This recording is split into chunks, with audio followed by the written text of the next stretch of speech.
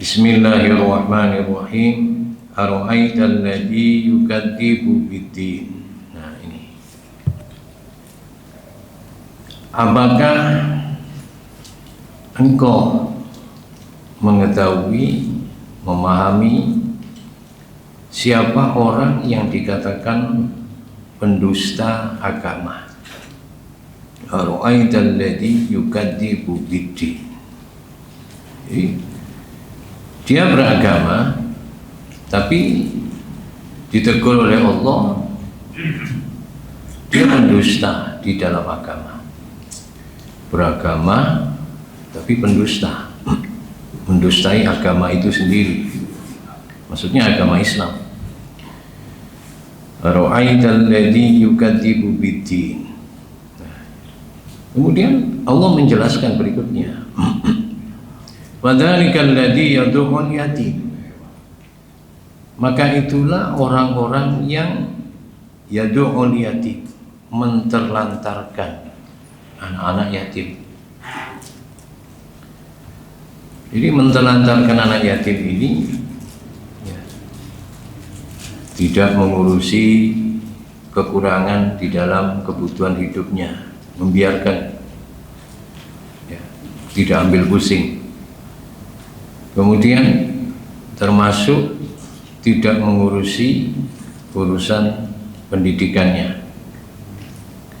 Jadi ngurusi anak yatim ini bukan hanya ngurusi makan, bukan hanya ngurusi kebutuhan perut ya, bagi anak yatim, tapi termasuk mengurusi anak yatim ini adalah pendidikannya. Ya, jangan sampai kita memberi makan anak yatim, dicukupi kebutuhan hidupnya, makannya, minumnya, pokoknya nggak sampai kelaparan.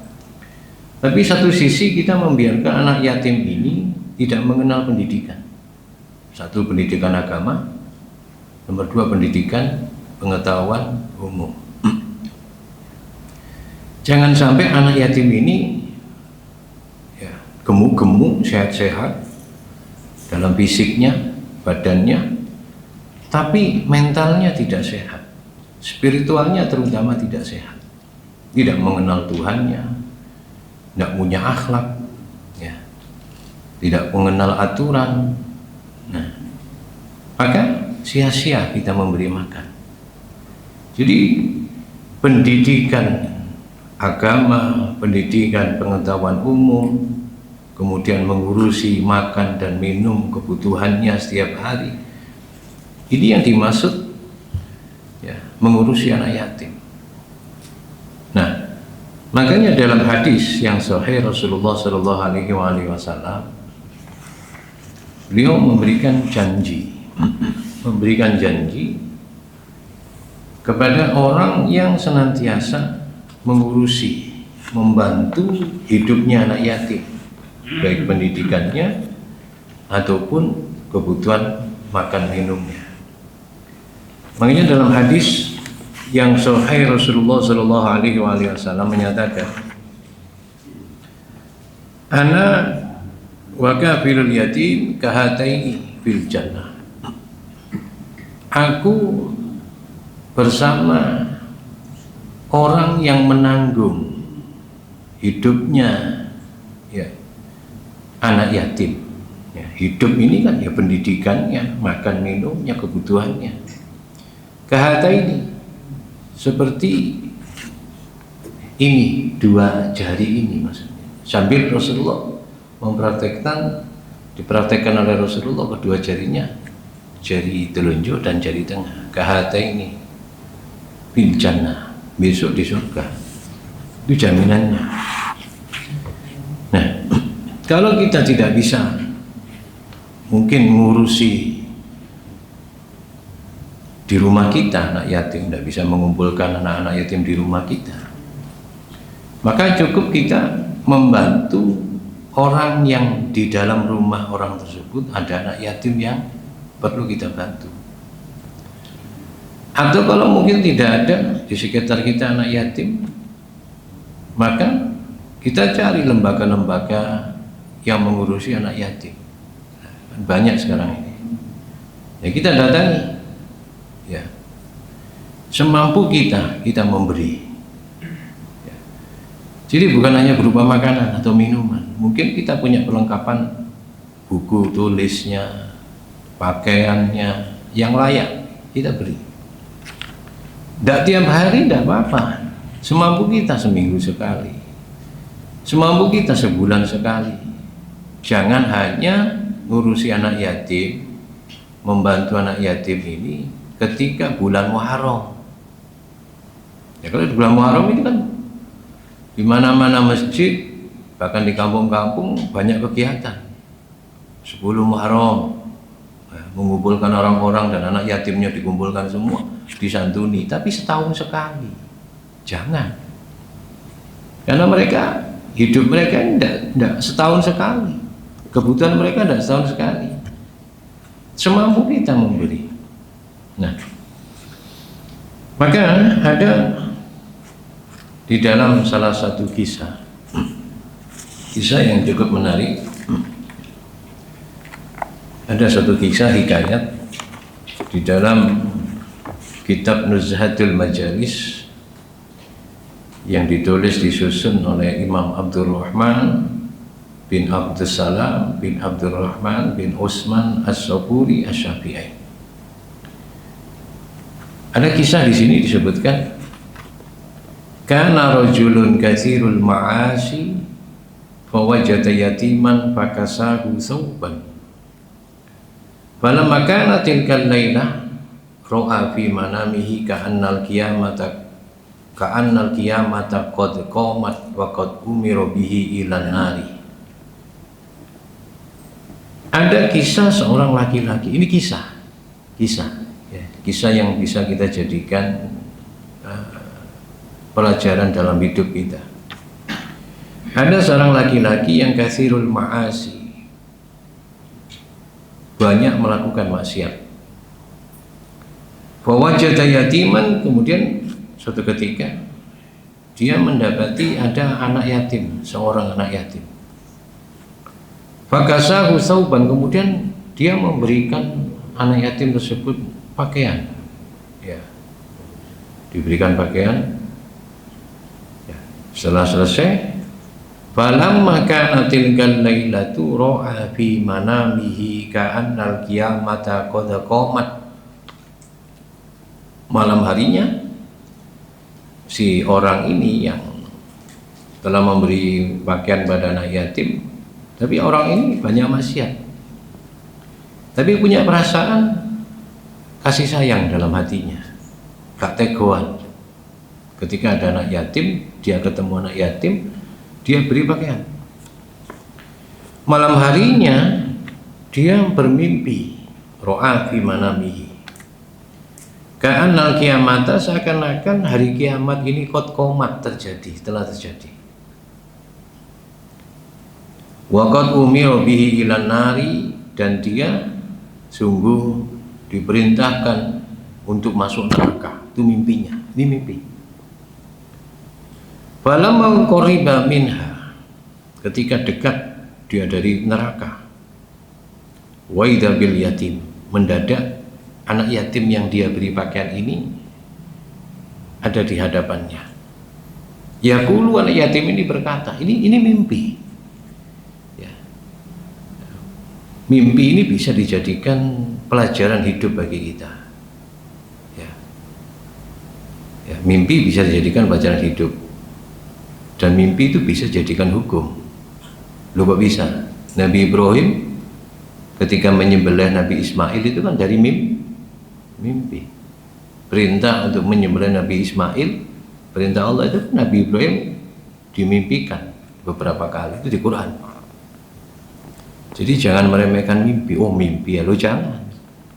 Kalau mimpi itu suatu teguran agar kita berubah menjadi baik, maka pakai mimpi. Nah kemudian tiba-tiba anak yatim ini berada di sekitar dia. Yaqulu, berkata, khalu anhu fa innahu kasani sauban. Kata anak yatim yang diberi pakaian ini, yang laki-laki tersebut, khallu anhu, kalian menyingkir dari orang ini. Fa innahu kasani, sebab dia telah memberikan aku sauban, pakaian. Mungkin yang diusir anak yatim ini mungkin malaikat yang mau menarik laki-laki tadi mau masuk ke neraka, diusir anak yatim ini dalam mimpi. Wa qalu liman umaru bihada, kemudian orang-orang yang mau menarik si orang ini, orang maksiat yang memberi pakaian anak yatim ini bertanya, liman umaru bihada, kenapa kami diperintahkan nyingkir dari dia, meninggalkan laki-laki ini, bihada dengan ini laki-laki. Akhirnya wa kharajan nida'u min qibalillahi ta'ala khallu anhu karamatan lil yatim. Tiba-tiba karena mungkin malaikat yang di sekitar ini membantah, kenapa kami kok diperintah untuk nyingkir, muncullah, keluarlah panggilan dari sisi Allah. Khallu anhu, panggilan ini mengatakan khallu anhu, kalian nyingkir dari laki-laki ini, nyingkir, maksudnya jangan seret dia ke neraka. Ini dalam mimpi. Karamatan lil yatim, sebab demi kemuliaan, karena kemuliaan, karamatan karena kemuliaan lil yatim, bagi anak yatim tersebut. Nah ini, jadi urusan mengurusi anak yatim ini hukumnya wajib, semampu kita, tapi Allah memberikan ya kewajiban tersebut semampu kita untuk membantu, untuk mengurusi. Kalau tidak bisa kita menanggung di rumah, di sekitar kita ada anak yatim, terutama anak yatim yang tidak punya, ya, kalau tidak mampu, di sekitar kita tidak ada, cari tetangga desa kita yang mungkin di situ ada anak yatim, atau mungkin ada lembaga yang ngurusi anak yatim. Nah, terus masalah suatu permasalahan di sini sekarang. Qala fir Raudhati, telah berkata Imam Nawawi di dalam kitab Raudhatut Thalibin, salah satu kitab yang ditulis disusun oleh Imam Nawawi, kitab Raudhatut Thalibin, ya, kitab fikih. Jadi Imam Nawawi itu karangnya banyak, ada Syarhul Muhadzab, ada Raudhatut Thalibin, ya, banyak masalah fikih beliau ini. Ya. Beliau mengatakan launa daro ayyaksuwa yatiman lam yakfi yatimun lam yakfi yatima dimmiyin. Andai kata ada orang Islam nadar memberikan suatu pakaian kepada anak yatim, satu orang anak yatim, maka tidak cukup yatima dimmiyin diberikan kepada anak yatim, anaknya orang non muslim. Kalau masih ada anak yatim, anaknya orang Islam, dahulukan. Kalau tidak ada, baru anaknya yatim yang ghairu muslim. Boleh diberi, boleh. Karena yatim kan masih kecil, anak yatim masih. Tapi utamakan yang pertama, anak yatimnya anaknya orang Islam. Nah, kemudian wal yatimus shaghirun la abalahu. Anak yatim yang masih kecil adalah anak yatim yang tidak punya ayah. Itu anak yatim. Sampai batasan mana anak yatim, usia anak yatim yang perlu kita urus dan kita bantu? Sampai batasan anak tersebut bisa mandiri, dalam pengertian dia sudah bisa untuk hidup, ya, sudah bisa bekerja, sudah dilepas, sudah tidak perlu ditanggung. Tapi kalau masih dalam proses dia membutuhkan bantuan kita, pertolongan kita, misalnya anak, ya kalau kita pakai di negara kita pendidikan sampai berapa tahun? 9 tahun ya. Nah, itu yang harus kita. SMA bagaimana? Tidak apa-apa kalau dia memang perlu dibantu, anak SMA dibantu. Ya. Tapi kalau dia anak SMA, anak yatim usia SMA sudah nikah, ya tidak usah dibantu. Ya. Kalau anak-anak yatim sudah bekerja, sudah bisa mandiri, usia-usia SMA, ya sudah tidak usah dibantu. Nah gitu. Jadi selama dia masih membutuhkan pertolongan kita, apalagi anak yatim ini yang baru bayi atau balita yang belum mengerti apa-apa, yang belum tamyiz. Nah, ini kalau manusia, anak yatim itu udah punya bapak. Wal yatimu minad dawabi man la umma lahu. Sedangkan anak yatim dari binatang adalah yang tidak punya ibu. Beda. Kalau anak yatim manusia, sebutan anak yatim bagi manusia itu tidak punya bapak. Tapi kalau yatim bagi binatang itu tidak punya ibu. Nah, tapi kadang-kadang banyak masyarakat itu yang pukul rata, tidak punya ibu katanya yatim. Bukan. Yang tidak punya bapak itu yang yatim kalau manusia. Nah sekarang kalau membantu ada anak tidak punya ibu, boleh tidak? Boleh, asalkan dia du'afa. Gitu. Sekarang kadang-kadang cari dana untuk yatim, ya, cari dana donatur di masyarakat untuk yatim, akadnya untuk yatim, mintanya untuk yatim, tapi yang diberi yang punya bapak tapi tidak punya ibu, dipukul rata, maka tidak boleh. Yatim yang tidak punya bapak. Kalau misalnya dia tidak punya ibu, kalau du'afa maka tergolong du'afa, bukan yatim. Nah, kalau piatu iya, tapi yang berhak diberi itu yang yatim tidak punya bapak, bukan tidak punya ibu. Nah sekarang kalau tidak punya ibu, punya bapak tapi miskin, maka du'afa, tergolong du'afa, bukan yatim. Ini harus dipahami, karena di masyarakat ini masih banyak yang belum paham masalah ini. Nah kemudian wa yahrumu at-tafriqu bainal bahimati wa waladiha bi ghairi dabahi qabla ayyastaghniya an labaniha wa bainal abad adami wa ummihi qabla ayyumayyiza bi ghairi idkin wa bi ghairi idkin.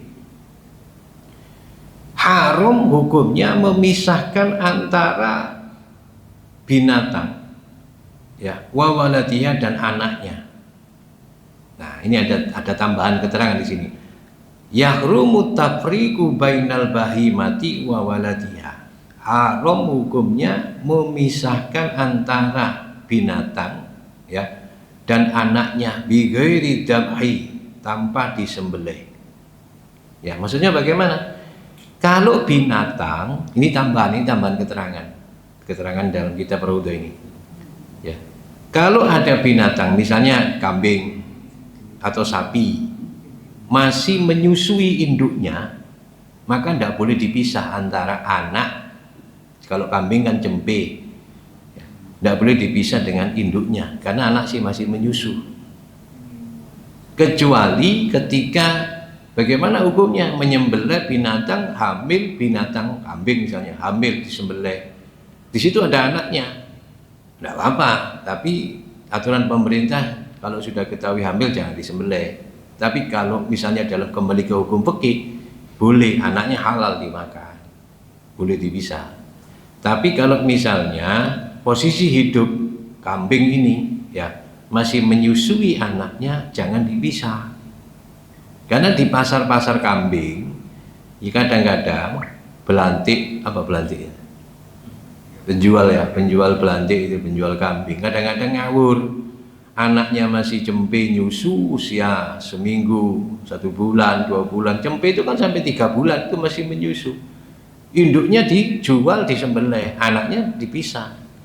Itu haram, tidak boleh. Nah kadang-kadang kepingin untung, tapi ternyata tidak berkah. Kebanyakan tidak berkah. Yang saya tahu itu pedagang seperti ini tidak berkah. Kenapa? Tidak punya rasa belas kasih. Ya sama dengan anak kita.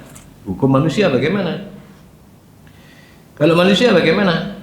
Misahkan ibu dengan anak ketika anak itu masih menyusui ibunya, ya, masih menyusui ibunya, masih produktif dan masih mampu menyusui ibunya, tidak boleh anak ini ditinggal, dipisah, tidak boleh. Ya, anaknya masih butuh susu ibunya, jangan dipisah.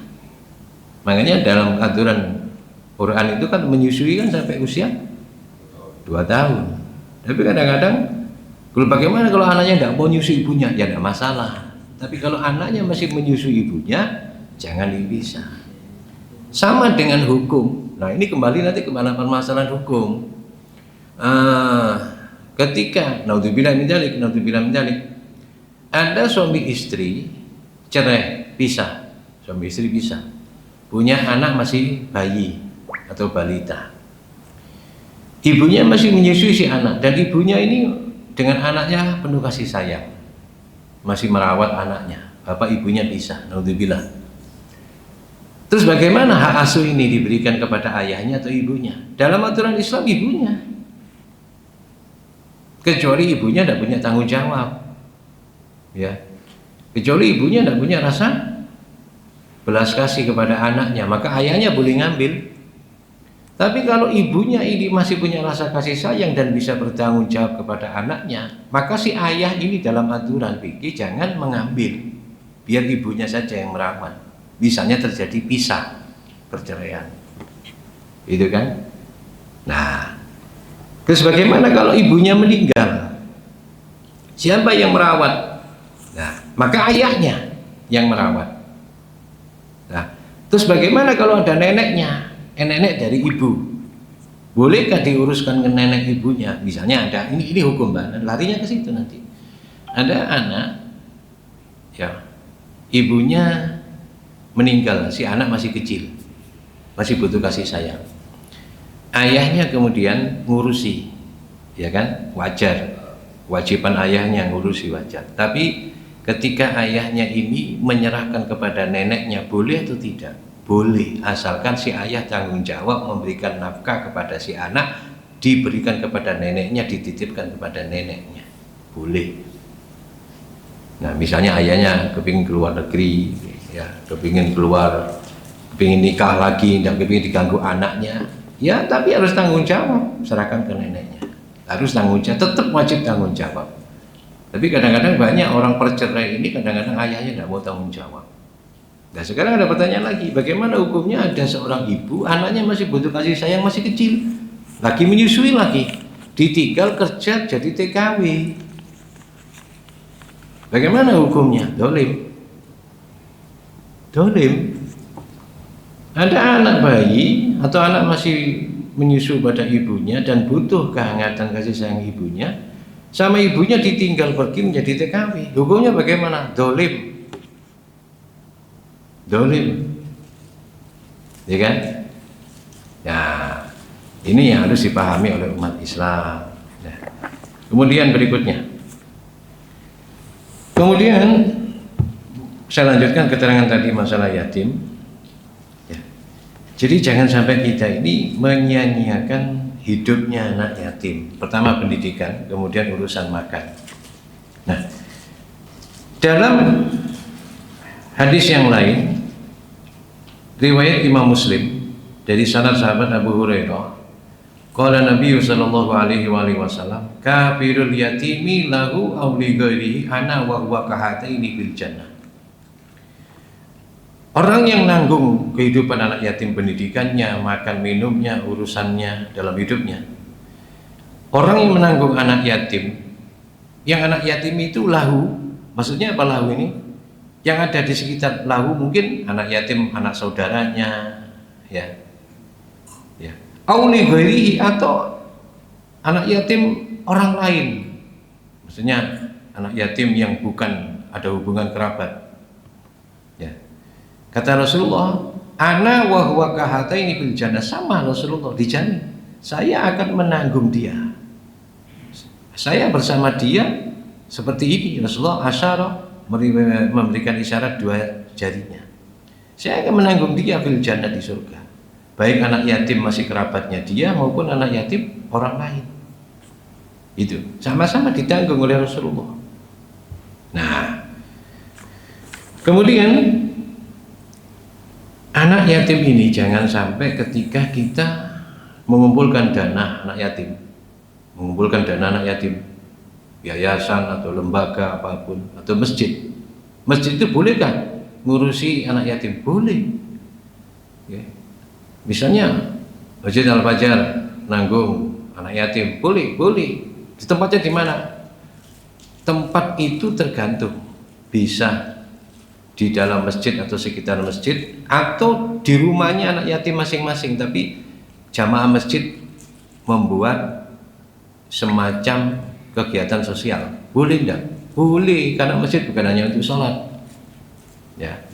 Jadi masjid bukan hanya untuk sholat, termasuk urusan sosial, bukan hanya urusan zakat, termasuk ngurusi anak yatim juga kalau memang dibutuhkan oleh masyarakat. Nah, ini termasuk salah satu kemakmuran di dalam kegiatan masjid gitu.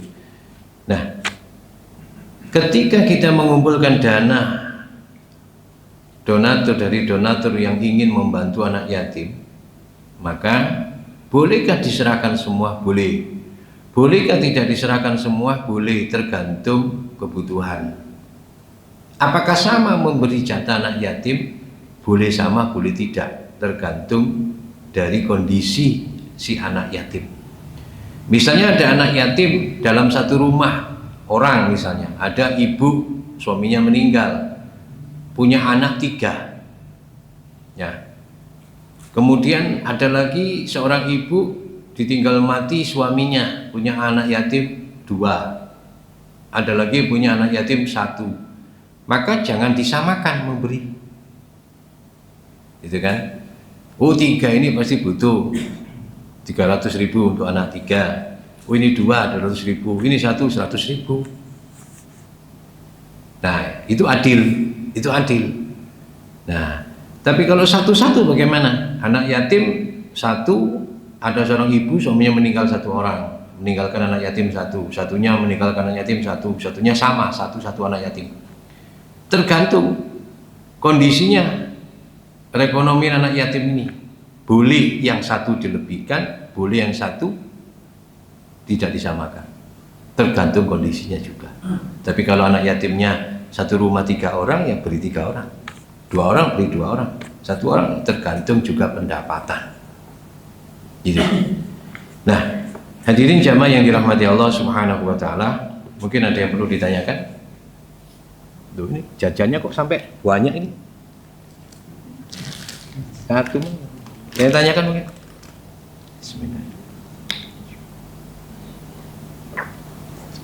Masalah ini ada yang tanyakan? Enggak.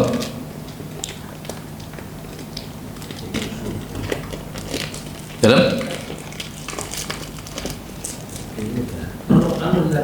Kalau anaknya ditinggal bapak ibunya, ditinggal itu mati atau? Ditinggal aja itu, anak kan ditaruh gitu. Itu masuk yatim piatu atau apa gitu? Maksudnya gimana? Anaknya masih ada tapi tinggalin bayinya gitu. Oh, bapak ibunya masih ada, anaknya masih kecil ditinggal, bukan yatim. Berarti anak ditelantarkan, kan gitu. Ada orang bapak ibu tidak tanggung jawab, punya bayi ditinggal di panti asuhan, karena mungkin dia, tergantung dia, orang tuanya tidak mampu. Kemudian diberikan piatu, Pak, saya tidak bisa nanggung anak saya terlalu banyak. Berapa anak sampai? 10. Kondisinya miskin, diserahkan ke yatim, ke yayasan, ya, yayasan yang mengurusi anak-anak terlantar. Nah, ini orang tua seperti ini dolim, satu dolim, ya, bisa buat kok tidak mau nanggung kan itu, nah, gitu kan dolim. Nah, terus bagaimana kalau sama sekali si orang tua ini tidak mampu sama sekali karena anaknya sudah banyak dan tidak ada yang ngurusin, tidak ada tetangganya yang membantu, dan tetangganya yang lain itu seakan-akan cuek. Ya, orang ini miskin tidak ikut KB misalnya, anaknya brojol terus, tiap tahun brojol, ini seret mudun gitu. Terus bagaimana hukum seperti ini?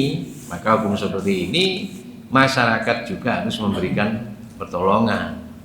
Syukur-syukur ada yang mau mengadopsi, tidak apa-apa, diambil anak, tidak masalah. Ya, saya tidak mampu Pak nanggung karena gimana ya, lu sampai buat tok. Nah, gimana Kak buat kamu kepingin misalnya seperti itu, tidak bisa ditahan kan itu. Terus kebrojolan, tidak ikut KB, akhirnya punya anaknya sampai banyak, misalnya 10, tidak ada yang nanggung, makannya kurang, nggak gizi, maka tetangganya yang harus membantu atau diserahkan ke yayasan yang nanggung, tidak masalah. Tapi ketika menyerahkan si anak ini harus dicatat bahwa anaknya ditinggal di sana. Dia masih punya anak kandung, harus dicatat.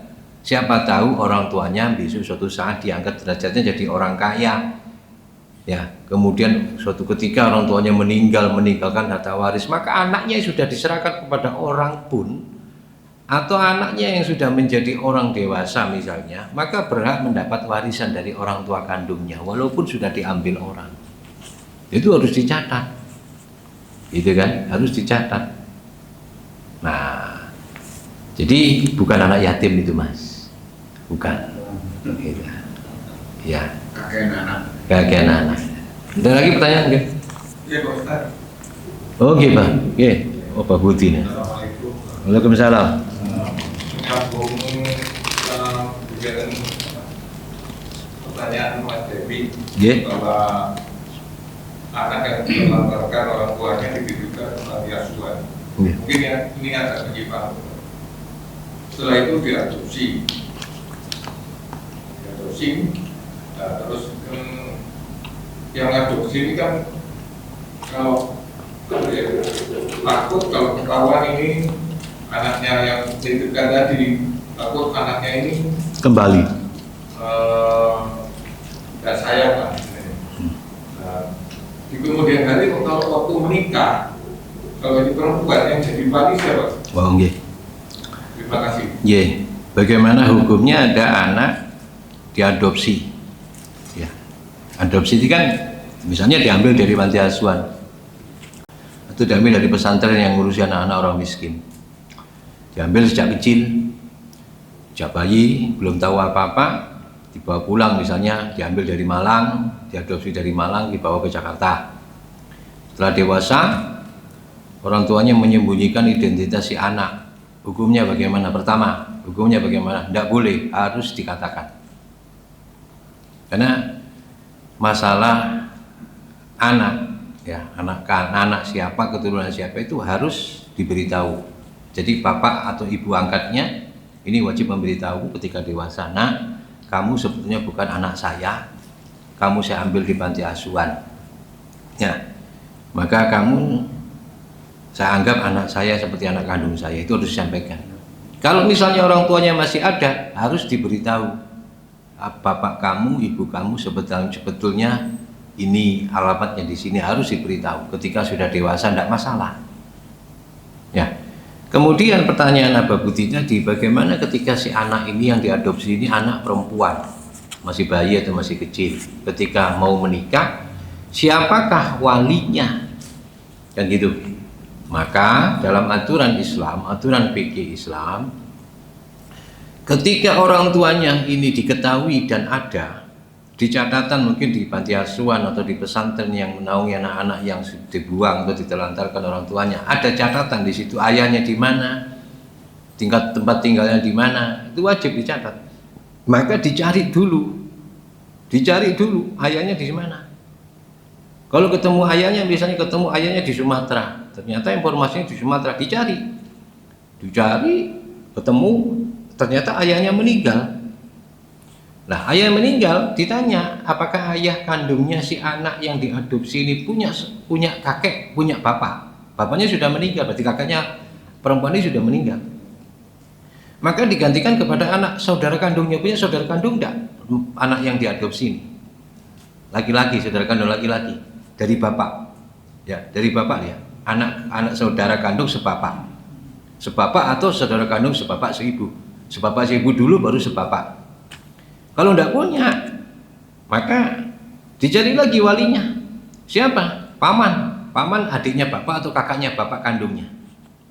Pamannya tidak ada, Pak D-nya tidak ada, meninggal semua, atau tidak ketemu kemana. Kalau nggak ketemu kemana misalnya, maka boleh ya sepupu dari bapak. Maksudnya gini, bapaknya ini punya saudara kandung, saudara kandungnya ini punya anak laki-laki, itu bisa jadi wali. Kalau memang tidak ada sama sekali, maka wali hakim, penghulu. Oleh hakim itu penghulu yang resmi diangkat pemerintah, gitu Pak. Paham ya? Masalahnya gini Pak. Nggih. Dia itu tadi nggak mau mencari keluarga atau orang tuanya yang asli. Ya. Yang nggak mau mencari siapa? Yang adopsi ini.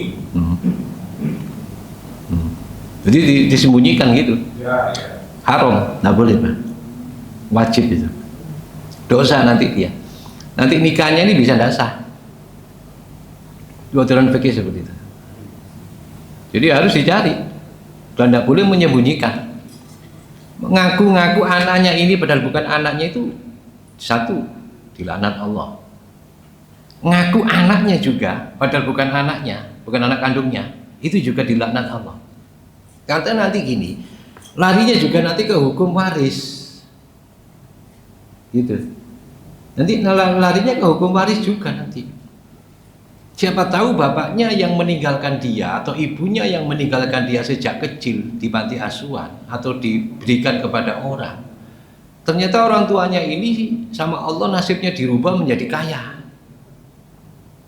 Yang tadi saya sampaikan di awal. Nah, ketika ketemu ternyata ini bukan saya, kamu bukan anak saya, nak. Kamu anaknya ini, bapak ini misalnya. Ternyata bapaknya sudah kaya. Terus bapaknya sudah meninggal, bapak kandungnya sudah meninggal. Atau ibu kandung sudah meninggal, maka anak angkat ini yang diambil oleh si A misalnya harus mendapatkan hak dari bapak kandungnya, dari waris tersebut. Jadi tidak boleh disembunyikan. Satu, urusan nikah wajib ada walinya, ya makanya tidak boleh diaku-aku anak, tidak boleh disembunyikan. Nomor dua, urusan waris nanti, itu Pak. Jadi dosa, kalau tidak ditunjukkan dosa besar itu nanti. Ya, jadi harus ditunjukkan. Ada lagi Pak? Iya. Iya.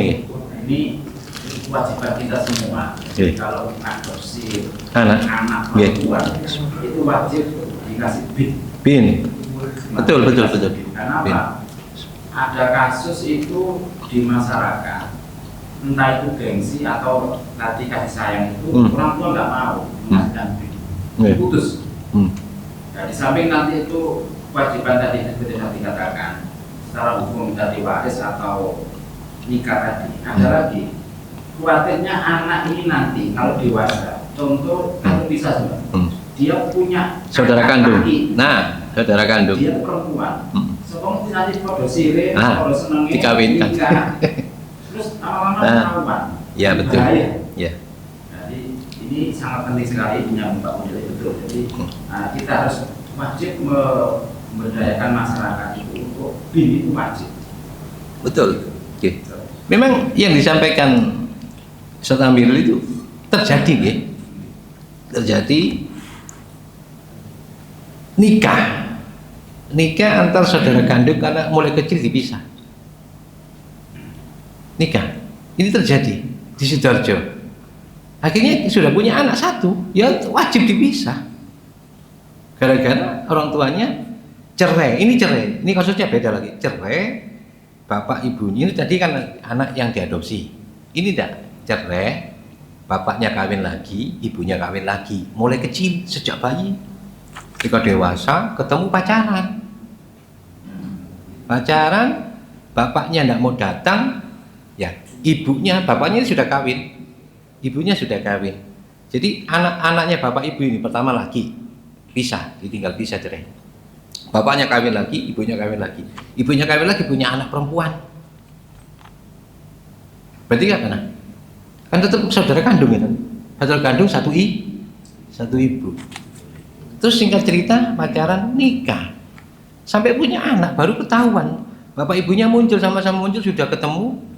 Ya, yang nikahkan dulu walinya bapaknya enggak ada, dicari enggak ketemu. Ternyata berapa waktu kemudian bapaknya datang ketemu. Lu ini anakku gitu. Nah ini betul Ustaz Muhammad, harus diberi bin.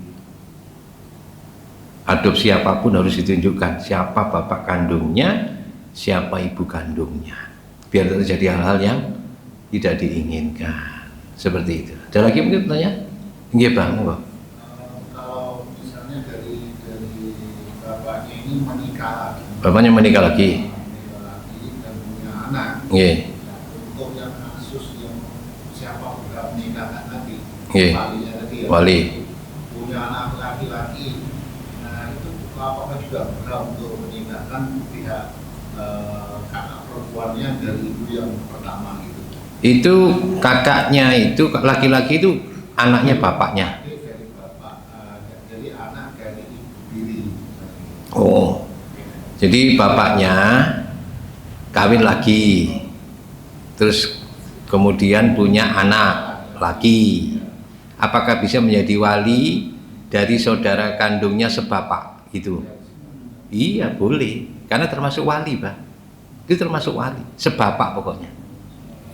Kalau seibu enggak bisa, sebapak. Walaupun beda ibu tetap saudara kandung sebapak. Jadi wali juga. Dan nggih. Ada lagi pertanyaannya? Nggih. Mas. Soal etika, Etika? masalah yatim piatu. Kan kalau di Indonesia itu budayanya itu mengumpulkan Anak yatim. yatim piatu satu komunitas satu Iya. jenis ini, terus dikasih sodako, Ya, di hadapan orang banyak. atau beras atau apa-apa. Iya. Nah, apakah hal tersebut itu termasuk mengurangi atau apa ya?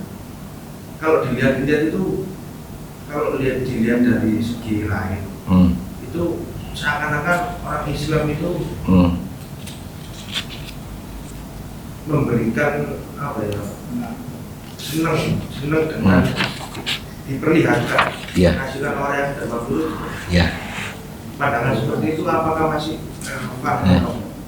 Karena mungkin dikasih penjelasan juga, kali ada hadis ataupun para sahabat dulu waktu memberikan santunan kepada yatim itu cara bungkus, cara memberikannya itu dengan cara seperti apa? Ya. Yang sekarang ini yang di masyarakat, kalau mungkin zaman saya panjenengan yang mungkin dulu masih kecil, tidak ada anak yatim kan dikumpulkan kan, rata-rata didatangi.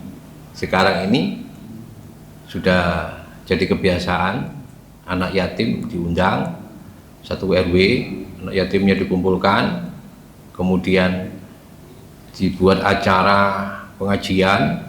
Di pengajian itu kemudian donatur-donatur ini membagikan bantuan kepada anak yatim. Boleh atau tidak hukumnya? Nah, kembali kepada hukum asal, hukumnya boleh. Cuma dengan catatan jangan sampai membuat suasana si anak yatim ini seakan-akan terhina. Maksudnya bagaimana? Kalau misalnya mengundang anak yatim, tujuannya apa? Tujuannya untuk syiar agar orang-orang bisa meniru memberi anak yatim, boleh ya, disiarkan. Ini anak yatim saya kumpulkan, kalau saya gali satu-satu yang ngasih tidak ada, hanya beberapa orang, yaitu itu dok, bisa buat acara aja pengajian. Nah kemudian terus tujuannya panitia agar masyarakat ini tergugah hatinya memberi anak yatim. Nah, maka boleh acara itu diadakan, boleh, nggak masalah, gitu kan? Tapi jangan sampai dengan syarat yang lain, catatan yang lain, anak yatim ini terhina di acara itu. Maksudnya terhina bagaimana? Anak yatim ini seakan-akan hanya dibuat secara tontonan. Jangan sampai. Boleh mengadakan acara itu, tapi jangan dibuat tontonan. Kalau ditempatkan ke tempat khusus, tempatkan yang lebih terhormat. Jangan sampai anak yatim diundang, orang kaya mengundang anak yatim, dikumpulkan, mengundang pejabat, mengundang orang-orang kaya, pejabatnya orang-orang kaya ditaruh di kursi depan. Anak yatimnya di belakang dekat kamar mandi, pesing lagi. Nah ini terhina. Jangan. Taruh anak yatim ini di depan pejabat kalau bisa. Karena mereka yang kita santuni, kita hormati ini. Dan pejabat, orang-orang kaya itu mencari barokah anak yatim itu kan tujuannya. Bukan menghinakan. Ini yang dimaksud, jangan sampai ketika mengadakan acara, jangan sampai anak yatim ini terhina. Itu beri makan sepuas-puasnya di acara itu. Layani seperti pejabat, bahkan melebihi pejabat. Ya, yang kecil bila perlu digendongi. Ya, wis. Bila perlu pejabat ditawarkan, siapa yang mau jadi bapak asuh, ibu asuh? Ini satu anak. Ayo monggo yang mau, wah, tawarkan sekalian. Seperti itu, tidak apa-apa, hukumnya tidak masalah. Asal jangan terhina si anak yatim ini. Dan niatnya yang nyumbang, donatur ini niat karena Allah Ta'ala dan kasih sayang kepada anak yatim dan mencari barokah anak yatim. Seperti itu. Nah, ada lagi tanya lagi? Sudah bisa lanjutkan? Iya, paham nggak? Yang menyambung juga Ustaz. Iya. Cuman fenomena sekarang itu lain Ustaz. Iya. Begitu menyatunya anak yatim, tapi minta didoakan, gimana? Tuh. Ya betul. Ya ini memang, apakah anak yatim ini doanya makbul? Bukan hanya anak yatim, orang miskin pun doanya makbul.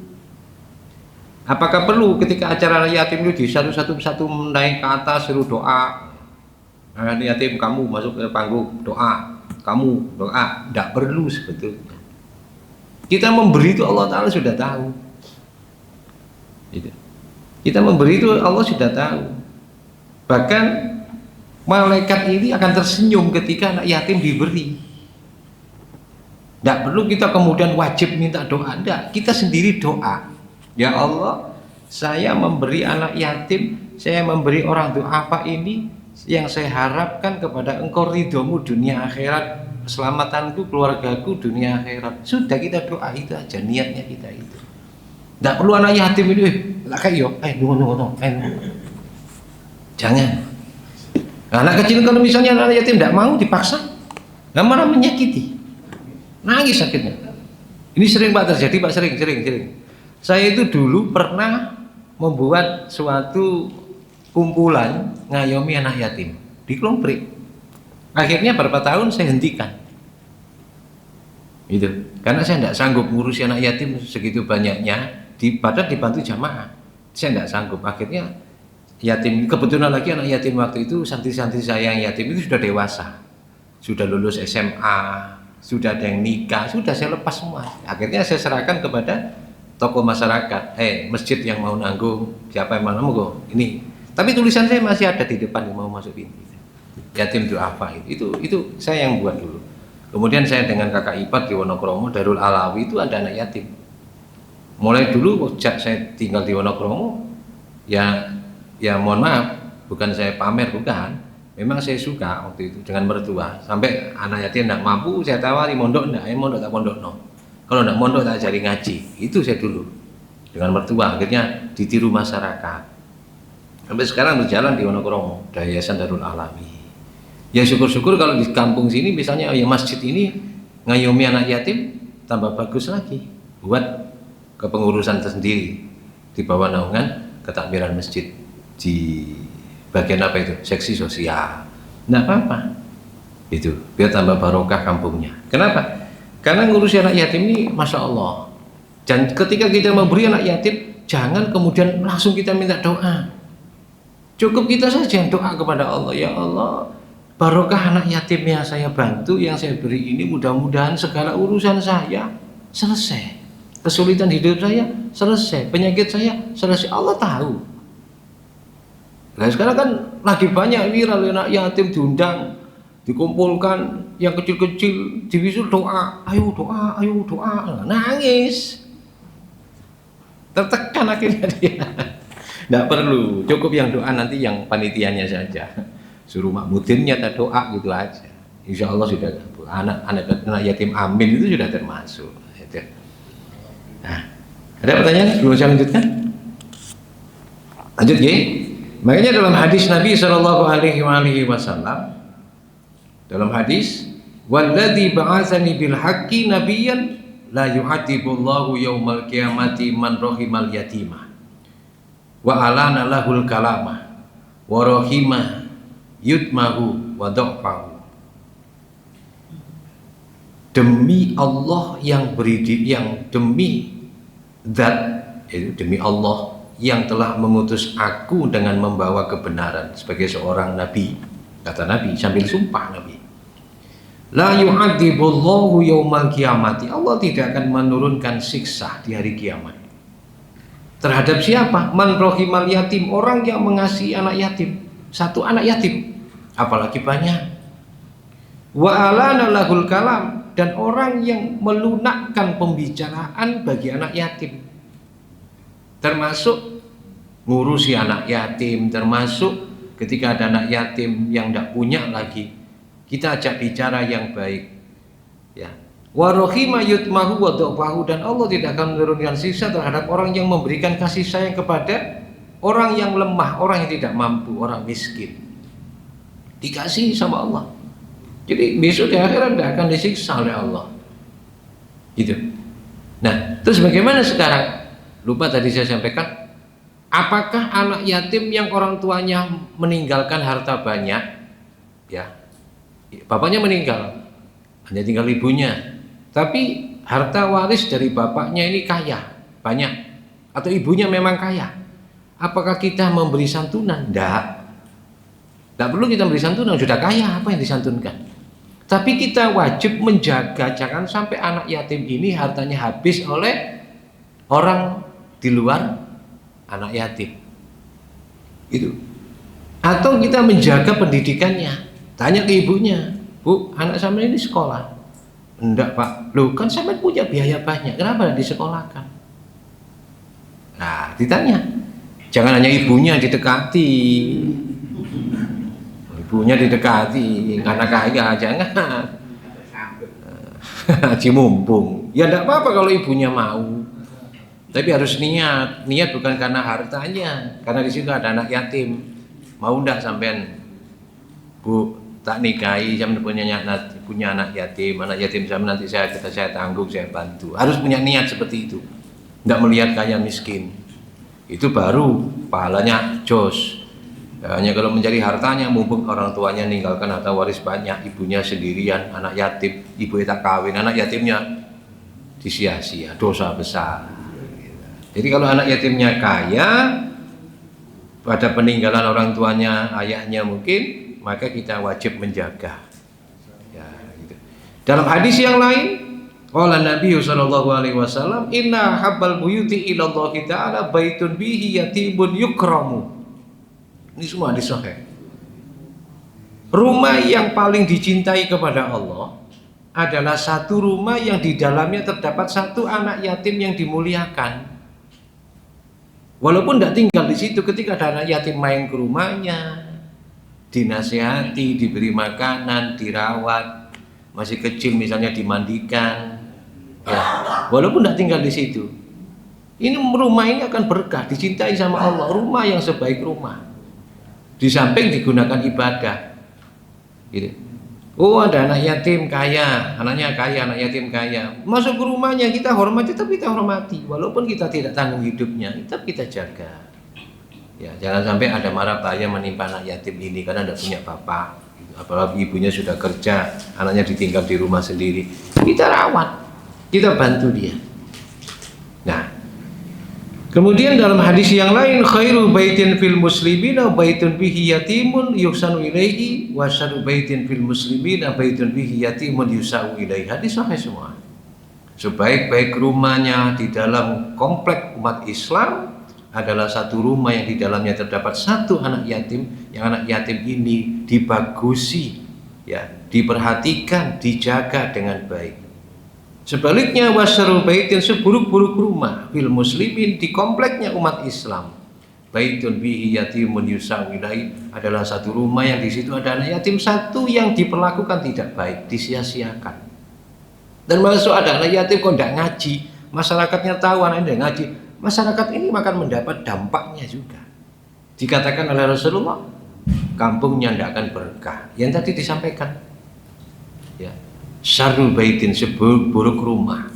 Berarti seburuk-buruk kampung umat Islam minal muslimina adalah anak yatim yang diperlakukan tidak baik. Bukan gini, diberi makan, diberi minum, tapi pendidikannya tidak diperhatikan. Sama dia disia-siakan, sama disia-siakan juga. Jadi harus dua-duanya, pendidikannya, pendidikan agama maupun pendidikan umum, atau memberi makan atau minum, kebutuhannya apa. Baru itu dikatakan berbuat baik kepada anak yatim. Diberi makan toh, dan diberikan pendidikan. Disekolahkan dan dikenalkan agama, sama menjerumuskan juga. Jadi harus dirawat, agamanya dirawat, ya. Kemudian pendidikan umumnya dirawat, maka bagus seperti itu. Dalam hadis satu ketika sahabat Abu Darda radhiyallahu anhu satu ketika syaka qaswata qalbihi, dia mengeluh tentang hatinya yang keras. Dia mengalami sumpek, hidupnya sumpek, pikirannya kacau. Dia mengeluh kepada Nabi Muhammad SAW. Kemudian Rasulullah berkata, faqala lahu irhamil yatima wamsah ra'sahu wa ad'imhu min ta'amika yalin qalbuka wa tudriku hajataka. Kata Nabi, gampang.